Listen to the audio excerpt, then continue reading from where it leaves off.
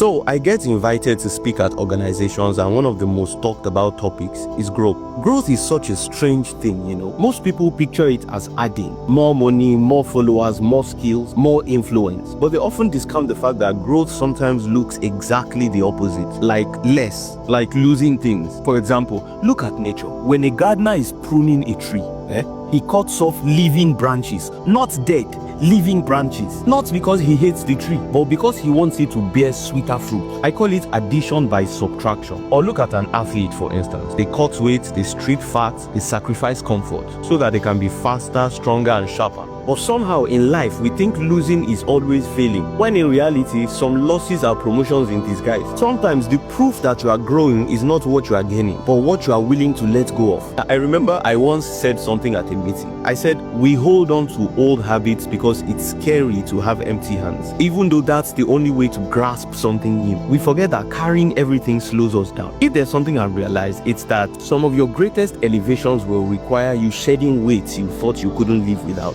And you know what's crazy? Some people's whole identity is wrapped up in that very thing they refuse to release. So when life tries to grow them by subtraction, they resist and stay exactly where they are. Most people just know a snake sheds its skin. They don't know why. A snake sheds its skin because if it doesn't, it will literally suffocate under what used to protect it. What if that's you? Still wrapped up in old seasons, old titles, old relationships, old versions of yourself, suffocating under blessings that have expired. So maybe next time something falls away, or someone leaves, or a door closes, you should not only mourn it, you should investigate who is responsible. Because it could be growth. It doesn't always look like more. Sometimes it looks like less, so you can become more.